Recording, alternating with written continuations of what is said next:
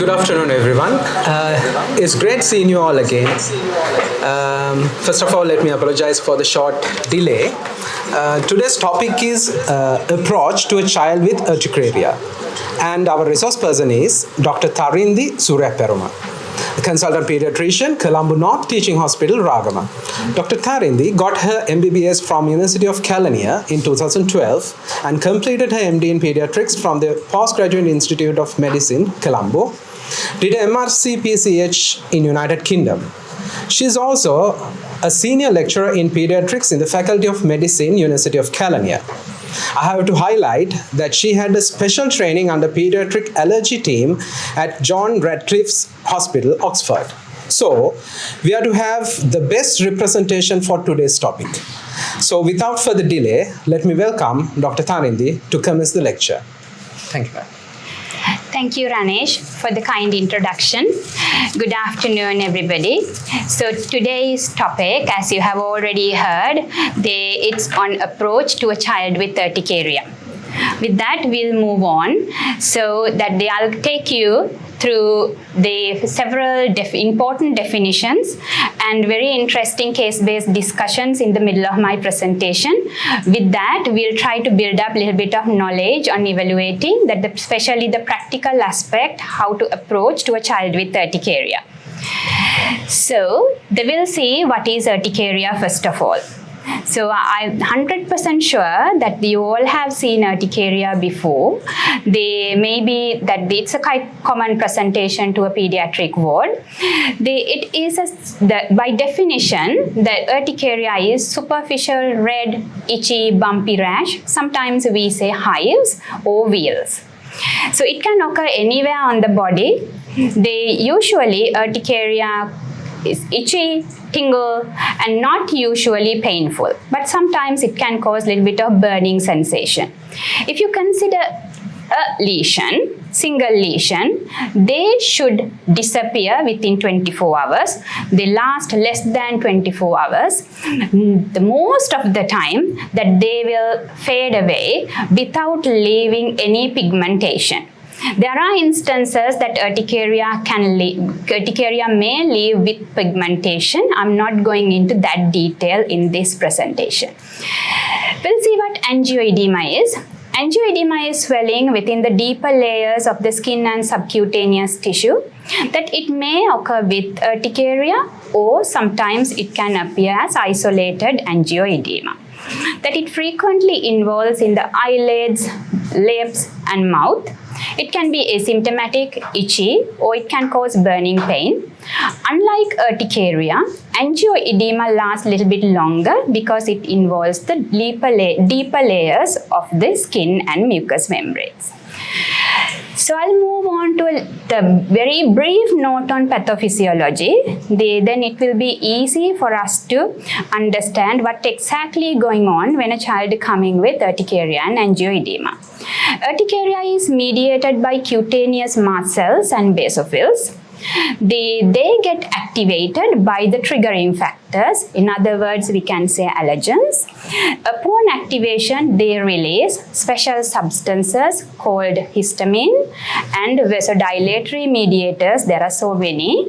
The histamine is the culprit which is responsible for itching. Vasodilatory mediators cause localized swelling in the skin. So angioedema is also the same pathophysiology, that the responsible cells are the mast cells in deeper dermis and the subcutaneous tissue. What activates the mast cells and basophils can differ. They are the triggers or allergens. There are three mechanisms that can cause the urticaria and angioedema. Some are the allergen come and bind to the IgE receptors on the mast cells, and then they start degranulating. That histamine, vasodilatory mediators would be released, and the child would present with angioedema and urticaria. So then we say mast cell dependent and IgE dependent. Some antigens are quite clever. They go and bind to the mast cell itself, bypassing the IgE receptors on the mast cells. So then again the same thing, the mast cell get activated, granulate, histamine release, and that you will be able to appreciate urticaria, angioedema, maybe severe allergy in all the conditions. So then we say the mast cell dependent but IgE independent. And some mechanisms are bypassing the mast cells and the IgE receptors, so that there are different substances coming from different pathways. The leukotrienes and serotonins that also can cause that the external appearance would be the same, urticaria and angioedema, but the underlying pathophysiology is different. So NSAID allergy, that is the well-known example for mast cell independent and IgE independent, the urticaria and angioedema. So that the key to assess urticaria is history. So how to take a good history when a child coming with urticaria? So there is something called Eater's mnemonic. So if you follow the Eater's mnemonic, it's very easy to take the allergy history. Then you are not going to miss anything. So E stands for exposure. That could be food, that could be a medication, that could be food in the vicinity. There may be medications, maybe other external triggers like exercise, cold, maybe sun exposure likewise. So that's the exposure. The next is A. A stands for allergen. So what do you suspect? So it may be food, for example, it may be dairy, egg, the shellfish. It may be aeroallergens like house dust mite, storage mite, cockroach. Those are the common aeroallergens that we encounter in Sri Lanka. Rather than pollens, the grass and tree pollens. Or that the allergen could be a drug. And the timing, T stands for timing. That means the time between the allergen exposure and appearance of symptoms. That is very important, that as time goes on, that when we are discussing a lot of cases, that you will realize why the timing is important. Depending on the timing, the etiology, what we suspect as an etiology differs. There is another E, that is for the environment, the place it occurred. That means whether it happened during a restaurant, whether at home, whether at school, or if this is the happening frequently, whether it's happening on different, irrespective of the place, whether it's coming and going. So that is important. R stands for reproducibility. That means that every time that child exposed to that food or that trigger like cold, aeroallergen, whether the symptoms are appearing or not, reproducibility. Then the symptoms, S stand for symptoms, that we need to ask whether there's what sort of rash, itchy, burning sensation, whether it's associated with angioedema, how long did it last, and the other features such as difficulty in breathing, coughing, stridor, the suggestive of anaphylaxis. And we need to know that how long the whole rash or the period lasted. So whether that is a waxing, waning nature of urticaria, that means coming and going, over a period of days or months. Depending on that the etiology is what we think clinically differs. That's why that the going into detailed history is very important. Okay, I'll take you through some case-based discussions. So all of them are real patients that I have encountered during the last 1 year after establishing the pediatric allergy service at Colombo North Teaching Hospital, Ragama. Okay, so this is a 3-year-old boy, developed fever and sore throat, very common presentation, that he started on paracetamol and amoxicillin. They thinking of this is bacterial tonsillitis probably. Day 3 of illness, there was an erythematous itchy rash that the suspecting urticaria. Amoxicillin was stopped due to the worry of amoxicillin allergy, and cetirizine was started. However, the rash was coming and going over a period of days, 5 days before it disappears, irrespective of the antihistamine. Mother is super worried of amoxicillin allergy.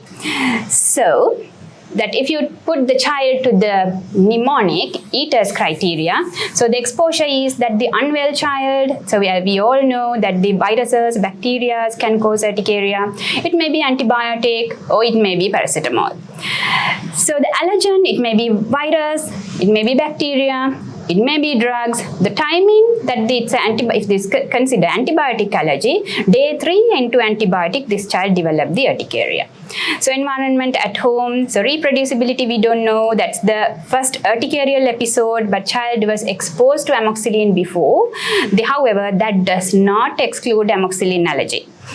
The symptoms that the child had urticaria, they lasted for a few days. The urticaria was coming and going over a period of days. That's very important statement here. So what could be the diagnosis? Viral or infection-induced urticaria is the most likely diagnosis here, and because that's the commonest reason for urticaria in children, and this child showed coming and going rash over a period of days, that is also more in favor of viral or infection-induced urticaria. So this child was started on second generation antihistamine, very correct, and they settled over a few days.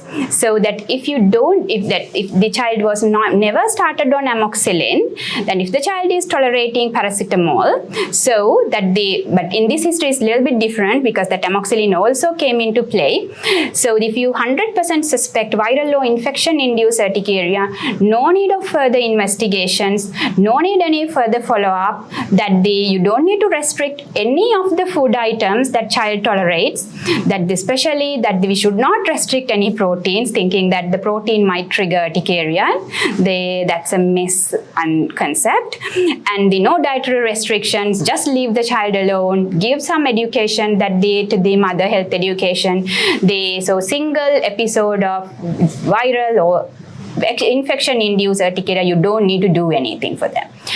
But here, there was a little bit of confusion. There's amoxicillin allergy. So before labeling as query amoxicillin allergy or thinking amoxicillin allergy, that's fine. So that if we suspect drug allergy, that need to be delabeled or need to be confirmed or delabeled. So this is a bit unlikely because that even after stopping amoxicillin, the rash was coming and going, and then whenever the rash wanted, rash disappeared. If you really want to exclude amoxicillin, so that we can do all the beta-lactam antibiotics, that we can do skin prick test. When the skin prick test is negative, we can do graded oral challenge for amoxicillin. And we can delabel amoxicillin. Otherwise, this child would carry the beta-lactam allergy label, wrong label forever in the life. And unfortunately, when the child comes to the hospital, when the child is unwell, that is not the time to delabel. So unfortunately, the clinician will not be able to give any beta-lactam. So that's the problem. So if you suspect paracetamol allergy in a child, usually we don't do skin prick test for paracetamol and NSAIDs. Considering the history, we can go ahead straight away with the oral graded challenge. That here again, it's quite unlikely. But there are children with amoxicillin allergy, there are children with paracetamol allergy as well. They are existent. Okay, a little bit about antibiotic allergy in children. Less common, even self-reported antibiotic allergy somewhere around 2%. Still, that we do the confirmation test, most of the children will be able to delabel. So it's less common, but they always need to confirm without blindly labeling antibiotic allergy, because false labeling hinder effective medical treatment. It contribute to patient and parental anxiety. It lead to avoid the drugs that labels as antibiotic allergy. The prescription of other broad spectrum antibiotics, the risk of antimicrobial resistance. The false labeling is a challenge to the economy because of the economical burden to the patient and the healthcare system. Okay, we'll move on to the case number 2. This is again a real patient. This is a 7-year-old boy, developed itchy rash over the body and lip swelling 15 minutes after eating rice with dal and prawns. He developed difficulty in breathing and cough. That means obvious anaphylaxis had been there. He has eaten dal and prawns on several occasions with no concerns, and he has allergic rhinitis. Okay, if you quickly put the child's history to the mnemonic, so it's the food, the exposure is the food, because it's straight away 15 minutes after, quite rapid, that the child developed this urticaria, angioedema and severe allergy. So the allergen may be prawns. The timing is 15 minutes. An environment at home. This is the first episode. The symptoms were anaphylaxis, and the rash disappeared fully within 24 hours. The lip swelling, that's angioedema, that lasted for 36 hours. So unlike that, if you compare the two case presentations, that if then there is a trigger like drug or food, they tend to come quite quickly after the exposure. When the trigger is no longer there, the rash disappears. So most of the time they are not coming and going rashes over a period of time. So that this history is more in favor of that the IgE mediated prawn allergy, and the history says that child was able to tolerate prawns before. So what's the surprise here? What is hidden here? So that if you see this patient that on admission with anaphylaxis, so that they treat anaphylaxis as per the guideline. When you suspect prawn allergy clinically, that we need to refer this child to the pediatric allergy service for the confirmation. We can do the skin prick test that in a child with who had anaphylaxis 4 weeks after the anaphylaxis. You can't do immediately because the child is on a lot of medications like that the antihistamines, steroids with oral antihistamine and with oral steroids. We can't do the skin prick test because that we are not getting a good outcome. That's the reason. So when you do the skin prick testing, that we need to consider why this child developed secondary allergy, because child was already tolerating prawns. Why? So that's because that this child in the meantime developed allergic rhinitis. That's probably due to the house dust mite allergy. House dust mite sensitized the children, or that even adults cross-react with shellfish. That's the mystery there. So we can offer skin prick test for prawns, and that became positive. And when we do the house dust mite, there are several species of house dust mite. That the both house dust mite what we check, both became positive in this child. Depending on the commercial extracts availability, we don't have any except I don't have any other the commercial extracts except prawns, so that I could not do it. So plus or minus other shellfish that we can do. And assess whether child is cross-reacting with the other shellfish as well, like crab. So this child that should carry adrenaline auto-injector. Because this child's age is 7 years, so this child's dose is 0.3 ml or 0.3 milligrams. Because this child had anaphylaxis. So allergen avoidance is one of the other major the part in the management, which you should strictly avoid prawns and other shellfish, and all the other food items, including the calorie, high protein diet, whatever, that has to be continued except the things mentioned above. So you don't need to restrict anything else. That's an important message. Okay, so we'll move on to the case number 3. This is a 6-month-old little girl, presented with urticaria and lip swelling 30 minutes after a formula feed for the first time. Okay, again, so the exposure is, from the exposure to the urticaria and angioedema, there's very short gap. So she was treated with chlorpheniramine because she is 6 months. According to the BNF, we can give only the first generation antihistamine. The rash settled within few hours. Okay, and so this is not a rash where it's coming and going over a period of days.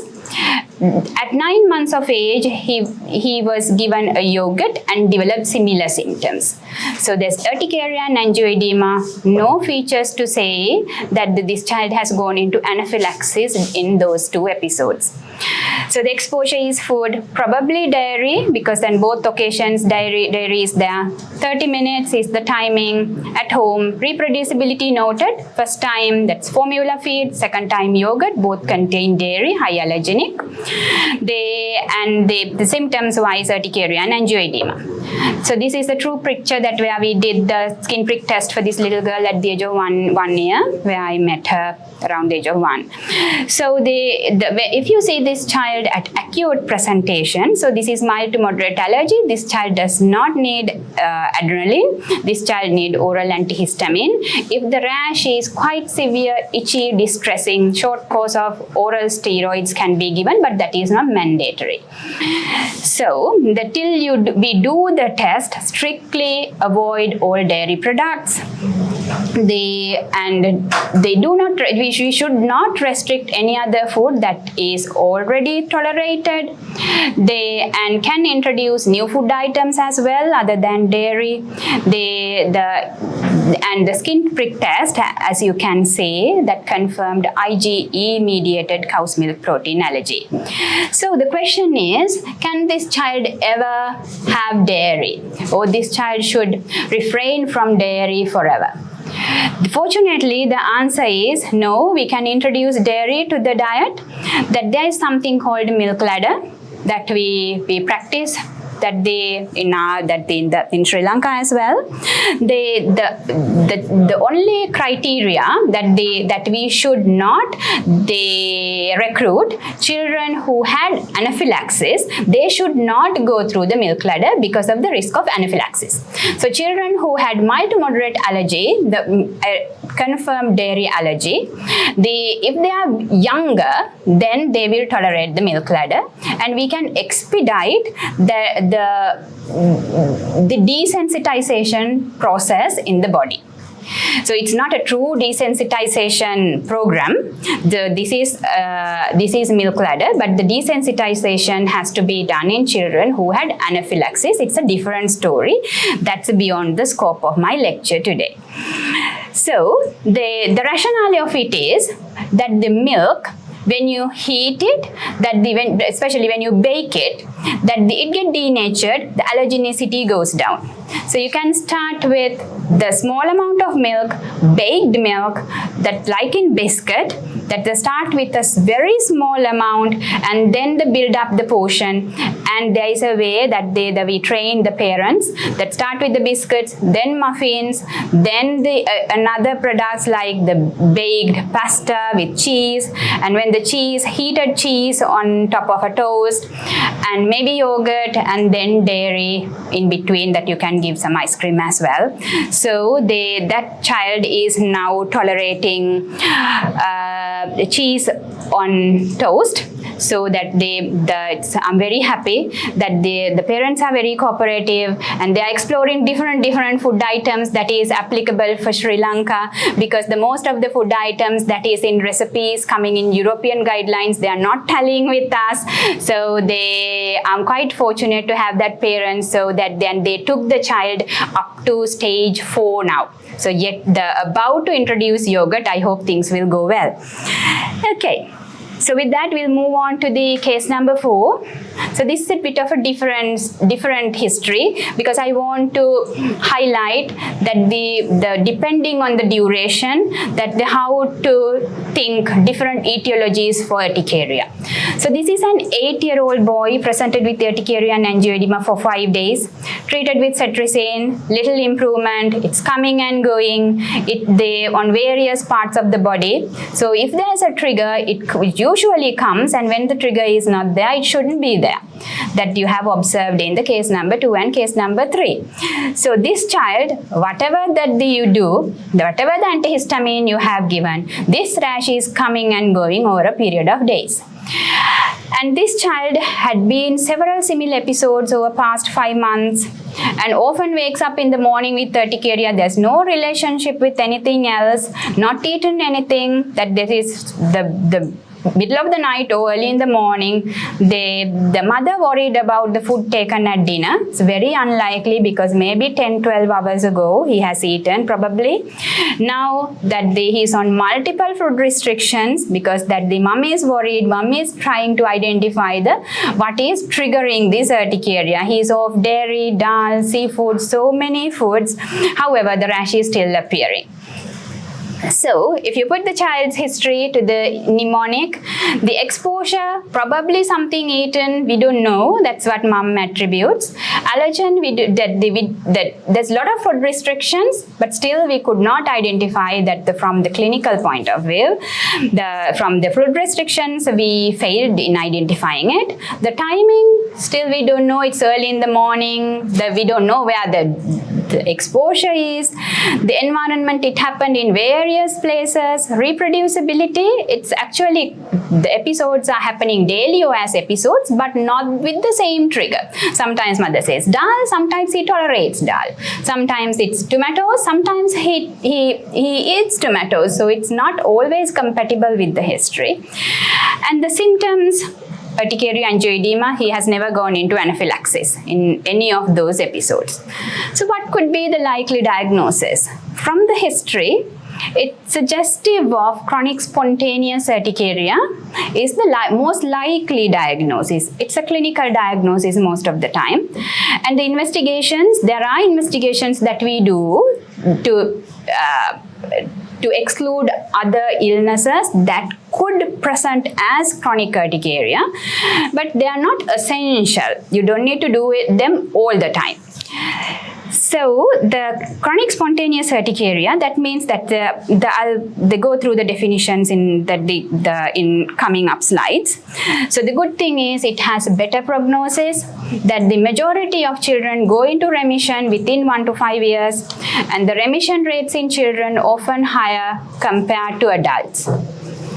Okay. So it's a very common presentation in children who are having urticaria coming and going over a period of days. Parents are also anxious because whatever the antihistamine or whatever the oral steroid we give, that is coming and going uncontrollable. They also need a label. So there is a pressure to the clinician as well. You need to find what's triggering this.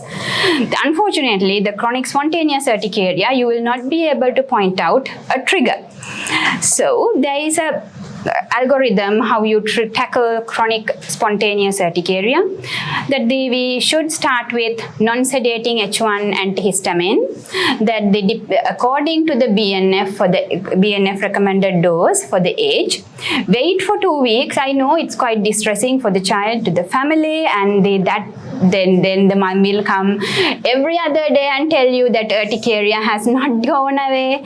So but there is some time that the body also needed and the antihistamine to work as well.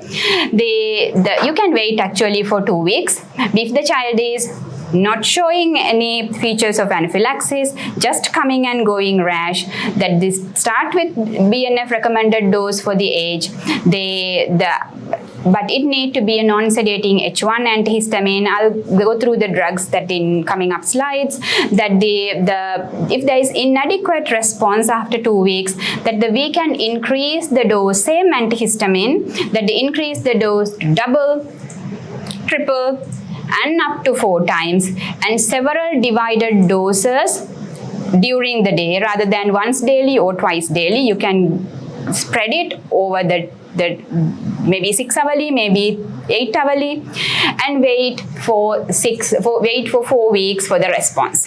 If the child is not responding, so first of all you go for twice the recommended dose and wait maybe a week, if not 3 times, and then 4 times. If the child is not responding, we need to consider other alternative diagnosis if the child is not responding to antihistamine. So if this urticaria is quite distressing, that the short course of steroids has a play for severe exacerbations. So there are relevant investigations that we should do to exclude other causes that could mimic chronic urticaria. if you're 100% sure, no, we are dealing with chronic urticaria, then the add-on therapy, they will not do any harm, that is montelukast. So the high-dose antihistamines, montelukast, if there's no response, as per the guideline, the omalizumab is the next option, that as an add-on therapy, you are not going to stop antihistamine, not going to stop montelukast, that's add-on therapy, the child should be on omalizumab. Unfortunately, that's not available, and so our available medications are the cyclosporine and tacrolimus. Little bit on antihistamine. So I told you that the antihistamine should be non-sedating H1 antagonist. So that is second generation antihistamine. That's fine. That may be the fexofenadine, loratadine, desloratadine, the levocetirizine, cetirizine, that they all are in the second generation. Sometimes they may say this antihistamine is working, this is not. That's okay, that you can go with the patient preference. That's 100% all right. The rupatidine is another the antihistamine that is available in the market. That's a second generation H1 receptor antagonist, antihistamine, and it has another action as well, the platelet activating factor antagonist. It works really well against allergic rhinitis and chronic urticaria. Okay, so when you are choosing an antihistamine, always we should try to avoid first generation antihistamines. They are shown in the first 3 boxes.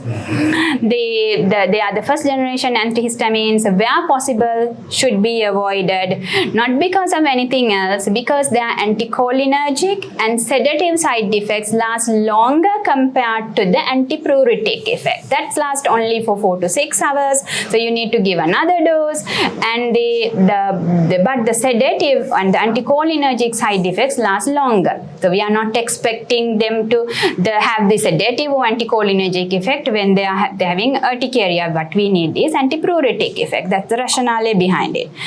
So monotherapy, that means the single antihistamine, non-sedating H1 antihistamine, administered up to 4 times of the standard dose, up to 4 divided doses, work better compared to combining 2 antihistamines given twice daily. So monotherapy is better rather than combining 2 antihistamine. For example, high doses of fexofenadine would work better compared to adding therapeutic BNF doses of chlorpheniramine plus cetirizine. So this is the classification. So if the urticaria last less than 6 weeks, it's a coming and going urticaria, lasts less than 6 weeks, most of the days if the child is urticaria angioedema free, that fulfills the criteria for you to say acute urticaria. So if the symptoms last longer than 6 weeks, or maybe not every day, but most of the days during that 6 weeks, that is chronic, that fulfills the criteria for us to label chronic urticaria. Acute urticaria, it could be spontaneous acute urticaria. That is one of the commonest in children, followed by infection-induced, that is also one of the commonest. They tend to have a course coming and growing urticaria over a period of days. Food, drug, venom again can cause acute urticaria. Those are the triggers. When the trigger is there, child will develop the urticaria. When the trigger is not there, the urticaria should disappear. So usually the urticaria would come and you eat something. If that is allergenic, the child would develop urticaria angioedema, maybe severe allergy, and it should go away. So the chronic urticaria, where the symptoms last more than 6 weeks, that you can divide into 2 broader groups. If there is a trigger, specific stimulus, external stimulus such as cold, exercise, water, there may be sun exposure, vibration, pressure, they are chronic inducible urticarias. If there is no trigger identified in the history, like the patient that I have discussed, that is chronic spontaneous urticaria. Okay, before moving to the case discussion, so that I will tell you what happened to that child. So I was the child was on high dose, with double dose of fexofenadine, that child's urticaria disappeared. There had been several episodes of urticaria before the child that came to me. They had been on short courses of steroids. When it was stopped, the urticaria recurred. So we tried with the BNF dose of fexofenadine, didn't work. So double the dose, that worked, and then that child was on double dose of fexofenadine for 1 month, and the very slowly tailed off over another month, and the child is 100% symptom free. So that child can redevelop that. There can be remissions and relapses. That's 100% all right. But at the moment that the child is symptom free. The case discussion 5. So this is also very interesting, the history, that we could learn something out of it. This is a 10-year-old girl presented with multiple short-lasting urticarial episodes and lip swelling. Mother noted these episodes were associated with cold water exposure and following ice cream or something cold. When the ice cream is not very cold, she could tolerate. So history itself says the trigger is the temperature. So that is cold, this is, unless proven otherwise, so you don't need any investigation to diagnose this. This is cold urticaria. This is one of the chronic inducible urticarias. So cold urticarias in children, I have seen maybe 5 or 6 during last 1 year. So you don't need any of the investigations. You can reassure the parents, and the most important thing is we should advise not to immerse the full body in cold water, because the cold water that all over the body will stimulate the mast cells. There will be massive mast cell degranulation, and child can go into anaphylaxis. That's the terrible part of it. So that if there's any anticipated exposures, like child want to eat an ice cream, that the child can have and some antihistamine beforehand and have it. But there is a temperature threshold there, but that when the temperature is beyond that the temperature, that child won't react. So it's also not a big issue. So dermatographism, I'm sure that you might have seen or experienced. That's a part of the chronic urticaria, that also known as dermographic urticaria or skin writing, is a skin condition where mild scratching or bit of pressure that they cause raised, itchy, uncomfortable scratches. That there will be swelling, that you can write something and a few minutes later that you can read it. So it subsides within 10 to 15 minutes. So it's not a big deal. So but that's called dermatographism. So one before the last, this is another patient. This is a 10-year-old boy with asthma, referred to the pediatric allergy clinic due to significant angioedema and urticaria 20 minutes after a dose of diclofenac sodium. This diclofenac sodium was given for high temperature. For the child, but I believe that shouldn't be done. So that the history is suggestive of NSAID allergy. But NSAID allergies, most of the NSAID allergies are not true IgE mediated allergies. They are cyclooxygenase hypersensitivities. So if you really want to give NSAID to a child, maybe who is in pain, maybe in adults, sometimes without NSAIDs, if there's no any other option. So the only other option is selective COX-2 inhibitors. One example is celecoxib. So if you really want to give an NSAID, what we could do is we could do the celecoxib challenge to this child.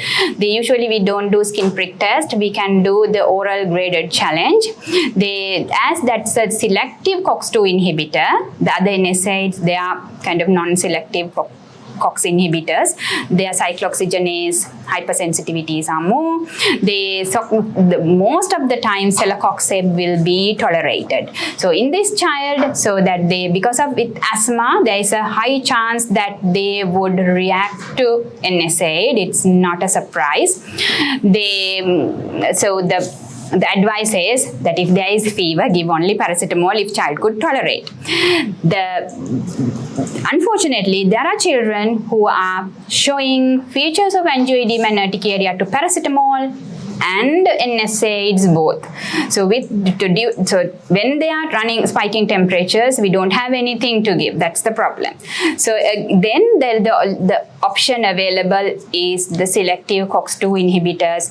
We can't straight away ask the mom to give celecoxib at home. Sometimes that's not safe. So we need to give it in the oral graded challenge in hospital, prove that child is not showing any symptoms to celecoxib, and then whenever child is having temperature with cautious, that the child can have it, because there's no any other options available.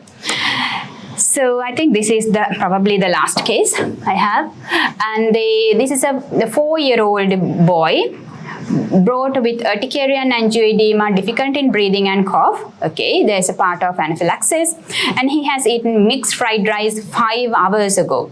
Little bit of longer duration. So far I told you that the food allergies, usually they eat, there will be symptoms. So there is bit of a longer gap, 5 hours. So he has a very interesting history in the background. He has a history of several episodes of urticaria and some episodes associated with difficulty in breathing. That means in the past he had episodes of anaphylaxis.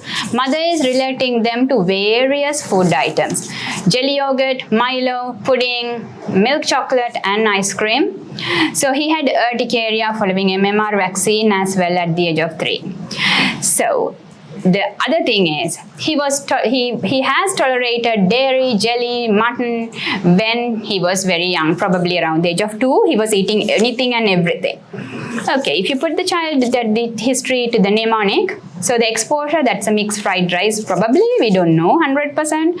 So the allergens, if you consider all the food items that is listed by mom, they contain dairy, gelatin, and he reacted to a vaccine containing gelatin as well.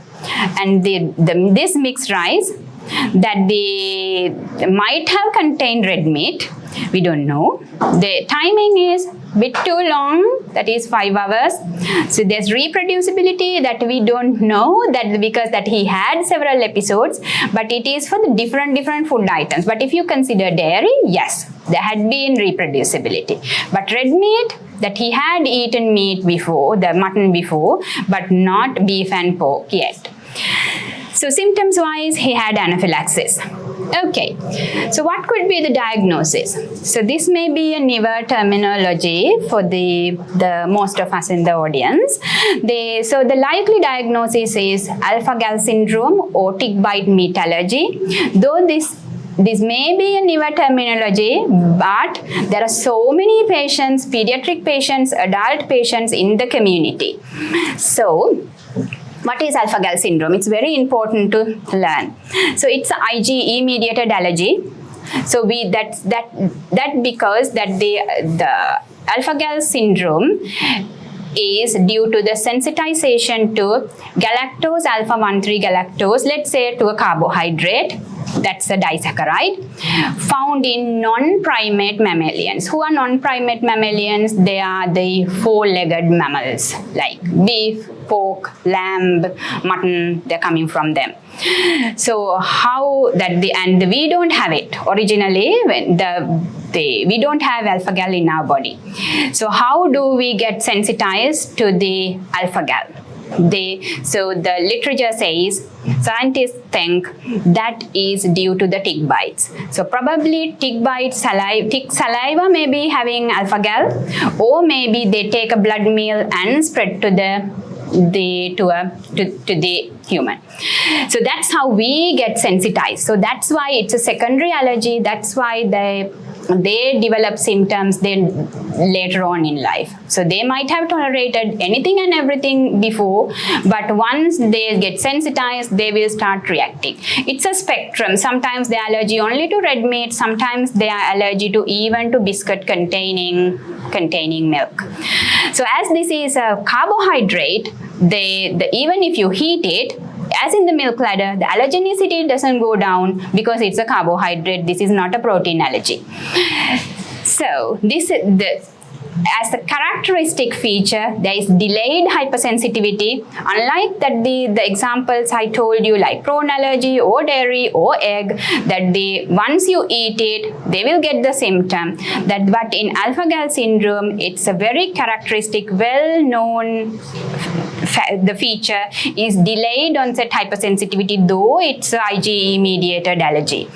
So the people would react to red meat and any product coming from them, like gelatin, dairy, or any other mammalian-derived products.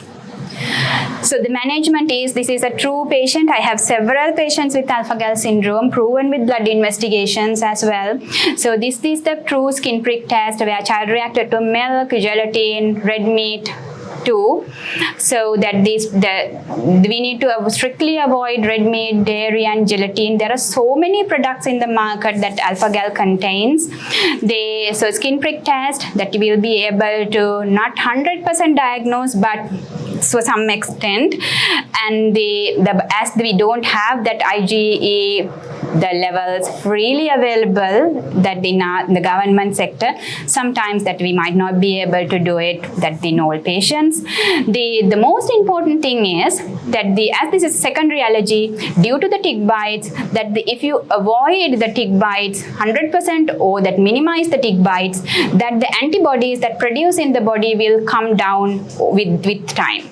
So the arranging follow-up is 100% important because IgE levels can wean over time and we can reconsider getting the food items back to the diet or the liberalization. So there are a few challenges in making the diagnosis of alpha-gal because as I told you, it's a delayed onset. So sometimes that the patient may not relate to that particular food, that always will relate to something eaten in between because there's too long and inconsistent of reactivity to the same food. Maybe today I may react to pork, tomorrow might not, then the next day there will be a disaster of anaphylaxis. So it is quite inconsistent. And the potential allergic responses to the previously tolerated food. That the mom might think, okay, this child was eating yogurts every day, so that the yogurt should not be allergenic to this child. So that is again a challenge. So they will not tell, they will not suspect. So other thing is, if you do the skin prick testing only with the commercial extracts, that means the bottles coming from overseas, if you do that, if you say that is a true picture of another patient. So the first one is the N stands for the negative control. PR means the pork extract. Ideally, it need to be pork extract. The pork extract is tiny, but if you do with the raw pork, it is a massive wheel. So the skin prick test tend to be more reactive to raw meat compared to the commercial extract. If you do only with the commercial extract, you might think, no, that this is something else because that's a delayed reactivity, and so sometimes it's a big challenge. You need to compare both. If you don't have blood test really available, what I do is I do for both, and then they decide which way I'm going. A tiny note on food-dependent exercise-induced anaphylaxis. I don't have any real patients with me to discuss, to share a real patient, but I thought it is important to know a little bit about the food-dependent exercise-induced anaphylaxis. It's a rare severe allergic reaction. It's rare in children, of course. The following specific food and then exercise within few hours. A combination of food and exercise triggers anaphylaxis. So both the food at rest and exercise alone will be highly tolerated. No problem about it. Wheat is one of the commonest culprits. So apart from wheat, shellfish, strawberries, peaches, celery, tomatoes are documented in the literature. I think in the adult community there are patients. Probably there are the pediatric patients as well. Okay. So this is the most important bit when I'm considering the practical aspect of it, how to diagnose anaphylaxis. So anaphylaxis, there are two ways of diagnosing anaphylaxis. So when there is a skin rash, urticaria or angioedema, skin plus or minus mucosal involvement, and at least one of the following the mentioned in the below 3 that you can diagnose anaphylaxis. That means skin rash, maybe mucosal involvement like the lip swelling, with respiratory symptoms like cough, yes, anaphylaxis. If the child feeling dizzy, drowsy, syncope, or reduced blood pressure, yes, that's an anaphylaxis. Or if severe GI symptoms like severe abdominal cramps, abdominal pain, vomiting, diarrhea. Either one of these features, one of the system involved, yes, you should diagnose anaphylaxis. Can we diagnose without skin involvement? Yes, of course, we can diagnose anaphylaxis without skin involvement. So that there is another provision for us to diagnose anaphylaxis. Acute onset hypotension or bronchospasms or laryngeal involvement after exposure to a known or highly probable allergen, even without skin involvement, yes, you need to suspect and start treating as anaphylaxis. Because anaphylaxis that you need to act so fast that the drug of choice is IM adrenaline, that you should not try any other medications if you suspect anaphylaxis. You can try whatever you want later on, but IM adrenaline should not be delayed. Okay, so you might have heard some people carry adrenaline with them because that they tend to develop severe reactions. So any child who had anaphylaxis is a candidate to carry adrenaline with them. Any severity of IgE-mediated allergy in a child with asthma should carry adrenaline with them. They should have adrenaline with them all times wherever they go. So because that in asthma, we tend to think their IgE-mediated allergies can give rise to severe allergy. That's the rationale behind it. A little bit about skin prick testing. That's quite quick. Within 15 minutes, you can see the results. Minimally invasive, that only the prick, that we don't take blood out when you are doing skin prick testing. Children always tolerate quite well. And it is cost effective. Unfortunately, that getting down the commercially prepared extract is extremely challenging. It's a simple test. Any trained medical person can do it. It's generally of a higher sensitivity compared to the blood test. It's very important.